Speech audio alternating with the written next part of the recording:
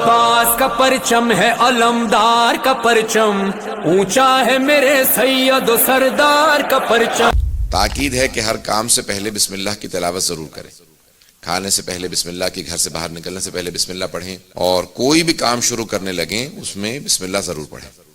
ایک حدیث ہے پیغمبر اسلام کی کہ جس میں آپ فرماتے ہیں کہ کل امر ذی بال لم یبتدا بسم اللہ فہو ابتر، کوئی بھی ایسا کام جو بہت زیادہ اہمیت کا حامل ہے اگر بسم اللہ کے بغیر شروع ہو تو وہ ابتر رہتا ہے، اس سے کوئی نتیجہ نہیں نکلتا۔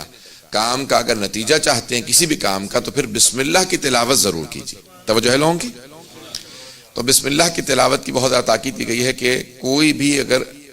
ایسا امر ہے جس کی آپ کے نزدیک اہمیت ہے تو بسم اللہ ضرور تلاوت کیجیے۔ اپنی عادت بنا لیں کہ آپ کی زندگی میں بسم اللہ جو ہے وہ زندگی کا جز ہو، زندگی کا حصہ ہو، زندگی کا ایک آپ کے پارٹ ہو، یعنی آپ کبھی بھی بغیر بسم اللہ کی زندگی بسر نہ کریں۔ امام علی بن موسیٰ رضی اللہ علیہ السلام فرماتے ہیں کہ بسم اللہ اسم اعظم سے اتنی نزدیک ہے جتنی کہ آنکھ کی سیاہی سفیدی سے نزدیک ہے، سیاہی سفیدی سے متصل ہے، جڑی۔ امام فرماتے ہیں جتنی یہ آنکھ کی سیاہی سفیدی سے قریب ہے اتنی ہی بسم اللہ الرحمن الرحیم اسم اعظم سے قریب ہے۔ جو انسان عادت بنا لے بسم اللہ پڑھنے کی، انسان کی زندگی کے اندر ہر کام سہل ہوتا چلا جائے گا۔ حتیٰ بہت سے علماء کہتے ہیں کہ خود سے بسم اللہ کی تسبیح پڑھنا خود اس کے بے انتہا فوائد ہیں۔ میں نے خود اس کی بے انتہا اس کے اثرات دیکھیں زندگی میں اپنی، کہ جب سے عادت بنائی اس کی بے انتہا زندگی میں نے اثرات دیکھے۔ اگر عادت بنا لیں تو خود بخود آپ دیکھیں گے کہ کتنا، حتیٰ کار میں بیٹھنے لگیں بسم اللہ پڑھیں، ہر کام سے پہلے بسم اللہ۔ اتنی عادت بنا لیں کہ انسان حتیٰ جب گناہ کرنے لگے تو کہے بسم اللہ الرحمن الرحیم، تو خود بخود سوچے گا آیا میں اللہ کے نام پہ گناہ کرنے لگا ہوں؟ بسم اللہ آپ کو گناہوں تک سے بچائے گی۔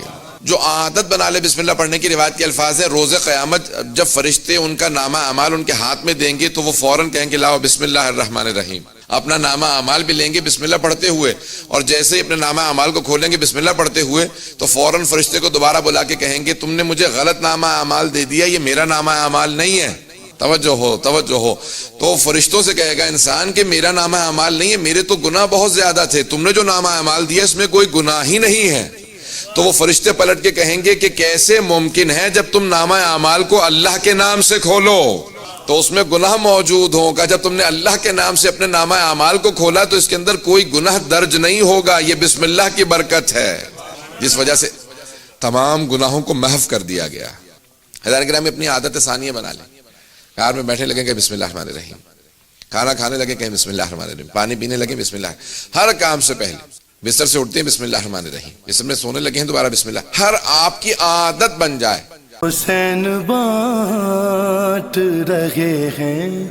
نجات لے جاؤ،